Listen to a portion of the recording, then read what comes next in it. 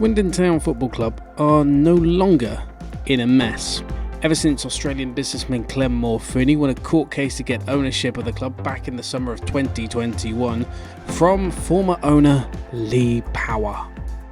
Before the takeover, the club had been on the verge of administration, had failed to pay its players and had also failed to pay Swindon Borough Council rent on its stadium, the County Ground. And by the way, we did a video all on this. It's the most popular video on the channel, link below. Since then, which feels like a million years ago, the club's debt has been reduced from £7.5 million back in July of 2021 to, according to the Swindon Advertiser, a debt standing at £1 million, with the bulk of that money coming from the owner, Clem Morfuni himself. The club has also just secured one of its biggest transfer signings in the club's history. No Lionel Messi nor Cristiano Ronaldo will be gracing the greatest team to wear red north of Barcelona. No, I'm talking about the stadium itself, the County Ground, which was purchased in a joint venture with the Swindon Town Supporters Club, a 50-50 joint venture for £2.3 million. It means that the stadium could undergo much needed renovation work, including a brand new town end and finally a roof on the Stratton Bank, although there is the complication of housing directly built right behind the stadium, so planning permission may not be given for that. But it is ultimately on the pitch where the new ownership will live or die, and in its first season it did surprisingly well, considering the aim of the season was to just stay in the EFL, as Ben Garner led Swindon to the playoffs with a late run of wins. However, it wasn't to be. Port Vale beat us, unfortunately, and went to Wembley and eventually got promoted to League One. After only a season in charge, Ben Garner left for League One Charlton Athletic, taking a few of the players with him. Didn't really work out for him because he was sacked in December of 2022 and recently has just been appointed the new head coach of Colchester United, right back down in League Two.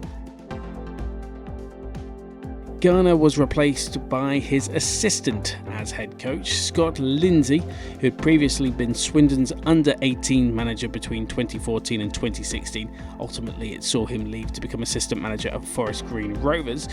Lindsay left midway through this season, his first season in charge, with the club lying 8th in League Two, just outside the playoffs, with a win percentage of 33.3%. He left for the Crypto Bros of Crawley Town, a team that was then struggling to stay in the EFL. Since taking over, Lindsay, it should be said, has taken Crawley Town out of the League Two relegation zone.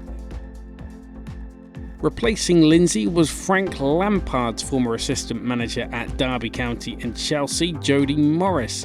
So far, although early days, it's not really been going well, with 2 wins, 3 draws, and one of those draws being a 4-4 draw against bottom club Rochdale. It was not a good game to watch. And with 5 defeats, the club are 11th in the table and 10 points off Bradford City, who are 7th and in the final playoff spot. Ultimately, it looks unlikely that the club will have a shot at promotion this season.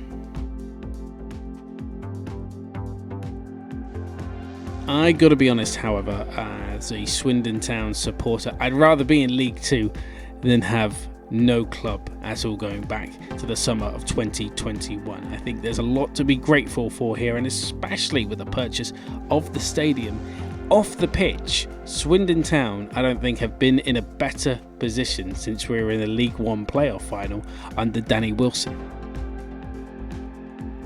But what of Lee Power?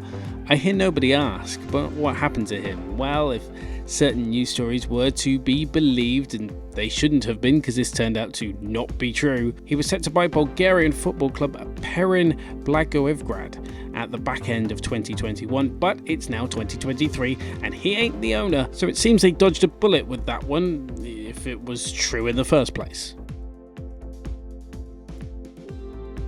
As for Swindon Town, and I say this with hope in my heart, it's onwards and hopefully upwards.